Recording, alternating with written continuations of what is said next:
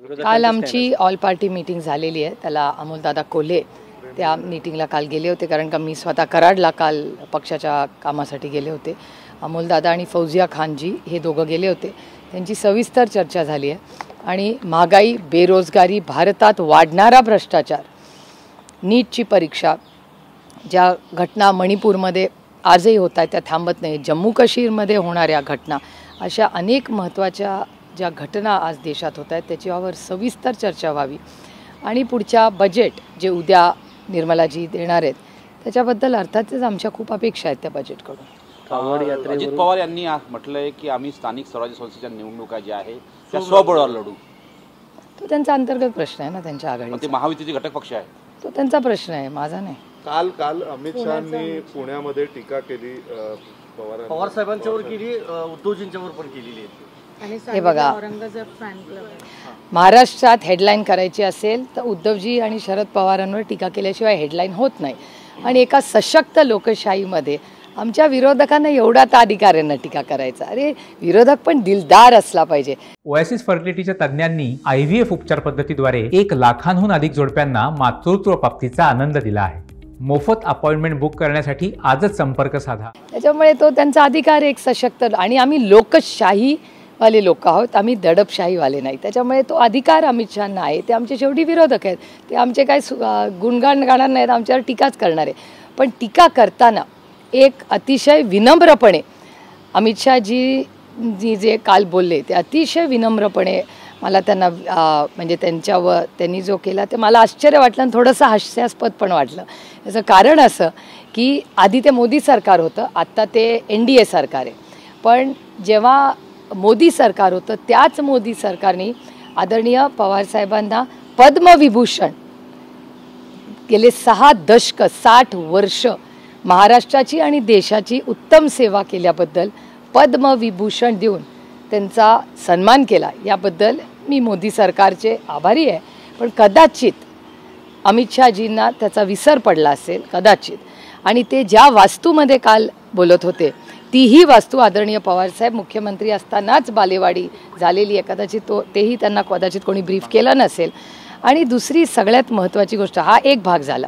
दुसरा भाग डेटा, म्हणजे मी नेहमी डेटा वाईज बोलते की जेव्हा जेव्हा अमित शहाजी किंवा त्यांचं सिनियर लिडरशिप किंवा महाराष्ट्रातली त्यांची लिडरशिप ही जेव्हा भ्रष्टाचाराचे आरोप करते तेव्हा 90% लोक ज्यांच्यावर ते आरोप करतात ते भारतीय जनता पक्षाचे मित्रपक्ष, मंत्री, मुख्यमंत्री किंवा सहकारी होतात. म्हणजे कालचंच उदाहरण बघा की काल अमित शहाजी जेव्हा भाषण करत होते तो फोटो तुम्हीही पाहिला असेल, त्याच्या मागेच अशोक चव्हाणजी बसले होते. आता अशोक चव्हाणांवर भ्रष्टाचाराचे आरोप आम्ही कधीच केले नाहीत. ते आरोप भारतीय जनता पक्षाने केले. त्यांच्याकडे ED, CBI, income tax, ICE हे कोणी पाठवलं? भारतीय जनता पक्षाने पाठवलं. आणि बरोबर अमित शहाजी भ्रष्टाचाराबद्दल बोलताना त्या स्क्रीनशॉटमध्ये बरोबर मागे अशोक चव्हाणजी बसले होते. मी म्हणत नाही अशोक चव्हाण भ्रष्टाचारी आहेत, मी कधी म्हणलंय नाही, कधी म्हणणारही नाही. पण भ्रष्टाचाराचे आरोप. आणि दुसरं, त्यांचे एक वरिष्ठ नेते आहेत महाराष्ट्रात, ते डर्टी डझन, तुमच्या सगळ्यांच्या चॅनलवरती डर्टी डझन मी पाहिलेले. त्या डर्टी डझनमध्ये कोण कोण होते तुम्हाला सगळ्यांना माहिती आहे. आणि आज ते सगळे डर्टी डझन आज ज्या पक्षाच्या बरोबर अमित शहाजींच्या पक्षाने मैत्री केली आहे आणि त्यांचं सरकार आमचं चिन्ह आणि पक्ष फोडून केलेलं आहे, ते सगळे डर्टी डझन आज त्यांच्या मंत्रिमंडळात आहे. कालही पुण्यात आल्यानंतर गुच्छ देण्यासाठी ते सगळे डर्टी डझन अमित शहाजींच्या हजर होते. त्यामुळे डर्टी डझन नक्की काय, भ्रष्टाचारी कोण, पद्मविभूषण, असे अनेक प्रश्न माझ्याही मनात आले. आणि मला असं वाटलं की अमित शहाजींचं भाषण लिहिणारा काहीतरी चुकीचं त्यांना ब्रीफिंग करतोय का, भारतीय जनता पक्षामध्येच कन्फ्युजन आहे. कारण ज्या सरकारमध्ये अमित शहाजी आहेत त्या सरकारचे सर्वोच्च नेते ह्या भारताचे प्रधानमंत्री माननीय मोदीजी 1 नाही 2 वेळा बारामतीला येऊन गेले आणि त्यांनी नेहमी आदरणीय पवारसाहेबांबद्दल मानसन्मान, नंतर इलेक्शनमध्ये भटकी आत्मा वगैरे काय काय कुणाकुणाबद्दल बोलले तो भाग सोडून द्या, तो इलेक्शनचा भाग 2 मिनटं सोडून द्या. त्याच्यामुळे हे जे मिसकम्युनिकेशन आहे आदरणीय पवारसाहेबांबद्दल, हे भारतीय जनता पक्षाने इंटरनली पहिलं त्यांचं सॉर्ट आउट करावं की भ्रष्टाचार का पद्मविभूषण आणि डर्टी डझनचं काय. कारण का डर्टी डझनचं वॉशिंग मशीनमधून काढलं असतील तर मला माहिती नाही, कारण का आमच्याकडे तसलं वॉशिंग मशीन नाही. जर एखादा भ्रष्टाचारी म्हणजे अशोक चव्हाणांवर जेव्हा आरोप झाले तेव्हा काँग्रेस पक्षाने त्यांचा राजीनामा घेतला होता, हे तुमच्या सगळ्यांच्या चॅनल्सवर दाखवलं होतं. जेव्हा आरोप झाले तेव्हा काँग्रेसनी भ्रष्टाचाराबद्दल स्ट्रॉंग लाईन घेतली होती, जी भ्रष्टाचाराबद्दल एवढं विरोधात बोलले. अशोक चव्हाणांच्या फॅमिलीवर आरोप करणाऱ्या बीजेपीनी वॉशिंग मशीन घेऊन आज कालच पुण्यात बरोबर अमित शहाजींच्या मागे अशोक चव्हाणांना बसवलं होतं. म्हणजे काँग्रेसनी आरोप झाला, सिद्ध झाला का नाही ह्याच्यात मी पडतच नाही आहे, पण आरोप झाल्यावर अशोक चव्हाणजींना त्यांनी तेव्हा मला आठवतं राजीनामा दिला होता. पण भारतीय जनता पक्षाने त्यांना नेता आणि त्यानंतर त्यांचा आदर सन्मान केला, त्यानंतर त्यांना राज्यसभाही दिली. हा भाग वेगळा की नांदेडच्या जनतेला ते आवडलेलं नाही, आणि मला नांदेडच्या जनतेचं मी मनापासून आभार आणि कौतुक करते की सत्यमेव जयते, नांदेडची आणि महाराष्ट्राची जनता ही भ्रष्टाचाराच्या विरोधात आणि सत्याच्याच बाजूने उभी राहिलेली. या सगळ्याबाबत अजितदादांनी नो कमेंट्स असं उत्तर दिलेलं आहे. ताई, तुम्ही बोलताना देखील फक्त अशोक चव्हाणांचं नाव घेतलं, मात्र अजित पवार यांच्या नाही, डर्टी डझन मध्ये जे कोणी हे बीजेपीची लाईन आहे, माझी लाईन नाहीच आहे. मी आजपर्यंत इतके वर्ष राजकारणात आहे, मी कधीही वैयक्तिक टीका करत नाही, कधी करणारही नाही. ही माझी संस्कृतीच नाही, माझ्या आईने माझ्यावर संस्कार केले. तो आता ते म्हणतात की तुमच्यासोबत होते तेव्हा तुम्हाला डर्टी डझन दिसले नाही. नाही नाही, मी नाही म्हणत आहे डर्टी डझन, प्लीज माझं सगळं तुम्ही दाखवा. मी कधीच म्हणले नाही ते डर्टी डझन आहेत. काल तुमचं चॅनलच्याही बातमी करा, मी कोणालाच डर्टी डझन म्हणत नाही, मला थोडी अधिकार दिलाय, आणि मी खोटं बोलत नाही. मी रामकृष्ण हरी आहे. एक मिनिट, डर्टी डझनचा आरोप भारतीय जनता पक्षाने घेतला होता, आणि डर्टी डझन केलेले आरोप केलेले सगळे लोक आज भारतीय जनता पक्षाच्या मित्र पक्ष आणि त्यांच्याबरोबर आज सत्तेमध्ये महाराष्ट्रात आहेत, आणि ते अमित शहाजींना रेग्युलरली भेटतात. मग ते डर्टी डझन होते किंवा नव्हते ह्याचं स्पष्ट उत्तर मग सरकारने द्यावं की हो आम्ही शिकलो. आणि जर ज्यांच्यावर भारतीय जनता पक्षाने भ्रष्टाचाराचे खोटे आरोप केलेत, हात जोडून भारतीय जनता पक्षाने काँग्रेस आणि राष्ट्रवादी काँग्रेस पक्षाची आणि कुटुंबांची माफी मागितली पाहिजे की हो आम्ही राजकीय स्वार्थासाठी तुमच्यावर खोटे भ्रष्टाचाराचे आरोप केले. ताई, उद्या अर्थसंकल्प सादर होतोय, वाटतंय शेतकरी कामगारांना न्याय मिळेल? बघूया ना, 24 तास पण राहिले नाही आहेत, पेशन्स. बघूया ना उद्या काय. मला नाही माहिती पवार साहेब का भेटतायत मुख्यमंत्र्यांना. कार्यक्रमामध्ये सरकारी कर्मचारी सहभागी होऊ शकतात. 58 वर्ष जुना त्यांचा निर्णय होता तो त्यांनी बदललेला आहे. मला काय आश्चर्य वाटत नाही, पण RSSनी म्हणजे काय परिस्थिती आहे सगळ्यांनाच माहिती आहे. म्हणजे परवा त्या दिवशी राहुल गांधीजी जे पार्लमेंटमध्ये बोलले तेच भागवतजी बोलले. हे मला ऐकून खरं कौतुकी वाटलं आणि आश्चर्यही वाटलं की RSSचे आमचे जरूर राजकीय मतभेद असतील, पण काही गोष्टींच्या बाबतीत RSSनी जी क्लिअर लाईन घेतली आहे भ्रष्टाचाराच्या विरोधात, चुकीच्या धोरणांच्या बाबतीत आणि संविधानाच्या बाबतीत त्यांनी जी ओपन लाईन घेतली, म्हणजे इथे पार्लमेंटमध्ये राहुलजी बोलत होते आणि तुमच्या चॅनलवर मोहन भागवतजी बोलत होते, त्यांच्या भाषणामध्ये कंटेंटमध्ये प्रचंड समता होती. याचा अर्थ काहीतरी या सरकारचं चुकतंय ना. आणि दुसरी महत्त्वाची गोष्ट, मी RSSचे आमचे प्रचंड मतभेद राजकीय आहेत, वैयक्तिक नाही.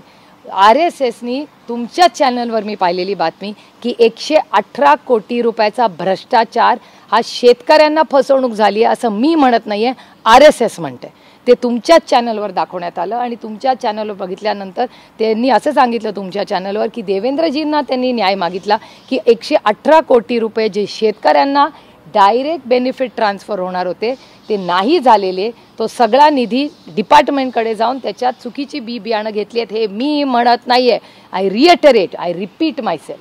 हे RSSचा आरोप झालेला आहे आणि त्याच्यावर देवेंद्रजींनी काही केलं नाही असंही RSSचेच लोक तुमच्या चॅनलवर बोललेले आहेत. कावड यात्रेला घेऊन ज्या प्रकाराने आदेश उत्तर प्रदेश सरकारने दिले त्याच्यावर तुमचं मत काय? आणि काल बघितलं ऑल इंडिया पार्टी मीटमध्ये NDAचेच घटक म्हणजे चिराग पासवान, अजित पवार हे सगळे विरोध नाही. असं आहे की हे प्रचंड अस्वस्थता करणार आहे आणि हा देश संविधानाने चालतो, कोणाच्या मर्जीने चालत नाही. जेव्हा हे लोक म्हणतात संविधान बदलायची भाषा ही खोटी आहे, हे बघा याचं जिवंत उदाहरण आहे. संविधान का बदलायचं आहे तर हेच आहे, ते संविधानाच्या चौकटीत प्रत्येक भारतीयाला समान अधिकार आहे. मग ती समानता कुठे गेली? का ती दिसत नाही ह्या कृतीमध्ये? These are small signals. हा सिग्नल आहे.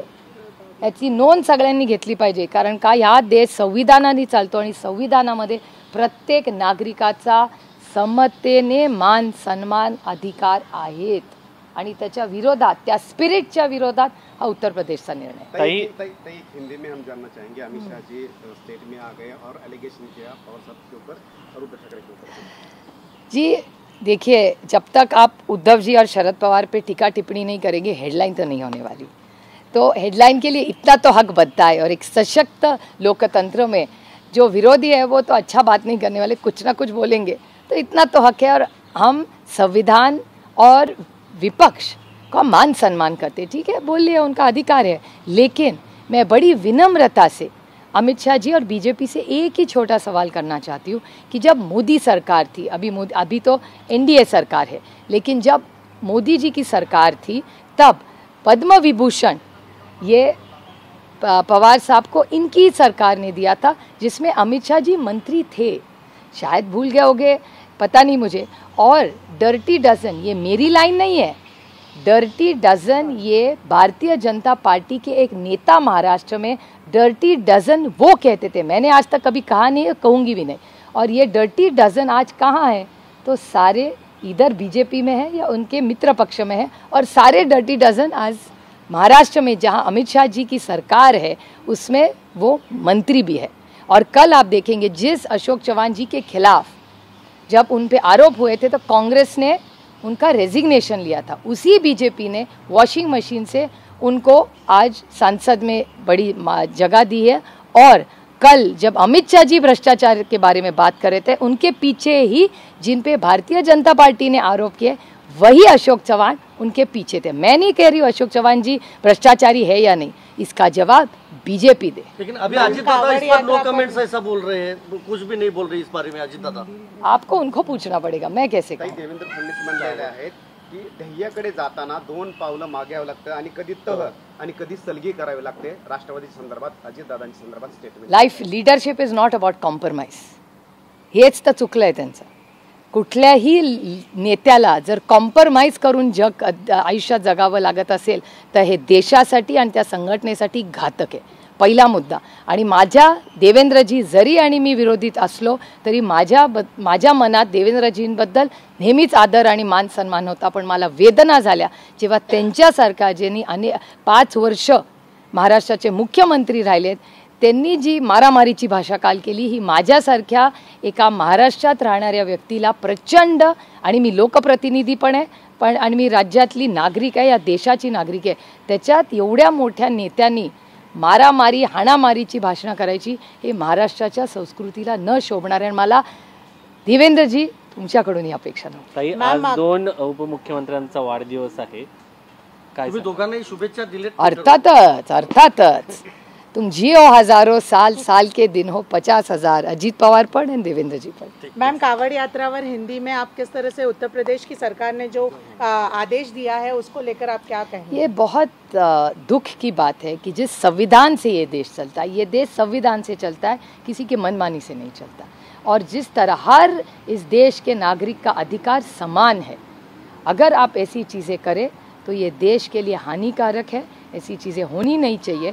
कल के भी मीटिंग में ये इशू रेज हुआ है. ये बहुत दुख की बात है कि इतना बड़ा मैंडेट उनको उत्तर प्रदेश में मिला है, उसके बाद भी ये लोगों में अंतर लाने का जो प्रयास कर रहा है, ये बहुत गंदी राजनीति आज देश में हो रही है. आरएसएस के फंक्शंस में गवर्नमेंट स्टाफ का इंक्लूजन ये एक बहुत बड़ा बैन था जिसे जो रिसेंटली निकाला गया. ये जयराम रमेश इनका ट्वीट, ये बहुत आश्चर्यजनक है क्योंकि आरएसएस का और सब ये जो सरकारी है उनका क्या लेना देना है. फिर भी उनको इनवाइट हो रहा है, क्या रे, ये तो उनका अंतर्गत मामला है. लेकिन एक चीज़ मैं देख रही हूँ कि राहुल जी जो पार्लियामेंट में बोले, वही भागवत जी का जो भाषण आया वो वही बोले जा रहे थे. तो एक अच्छी बात है कि जो सच राहुल जी पार्लियामेंट में कह रहे वही इमोशन सेंटिमेंट आरएसएस का होने लगा है. ये अच्छी बात है, मैं इसका स्वागत करती हूँ की सत्यमेव जयते, सबने सच बोलना चाहिए. ताई, थोड्या पावसाने देखील शहर तुंबताना पाहायला मिळते. पुणे असो, मुंबई असो, नागपूर असो, अत्यंत वाईट स्थिती झाली महाराष्ट्रातील शहराची. सरकारकडनं काही चुका घडल्यात का? नाही, अर्बन प्लॅनिंग हा इश्यू आहेच ना आपल्या देशामध्ये.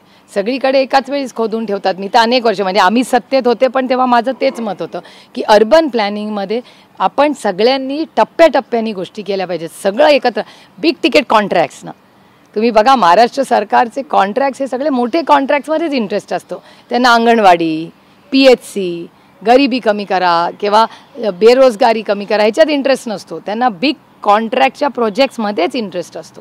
आता तुम्ही बघा बजेट जे महाराष्ट्राचं झालं सेशन, त्याच्यात ज्या सगळ्या पुरवण्या मागण्या झाल्या त्याच्यात सगळे बिग तिकीट इन्फ्रास्ट्रक्चरचे पैसे नसतानाही तो सगळा डेटा जयंतराव भाषणात बोललेले आहेत. त्याच्यामुळे वेगळं मला काही सांगायची गरज नाही. पण दुर्दैव आहे की भ्रष्टाचार हा महाराष्ट्रात इतका वाढला आहे की तो अजीर्ण झाला आहे. दुर्दैव आहे आपलं.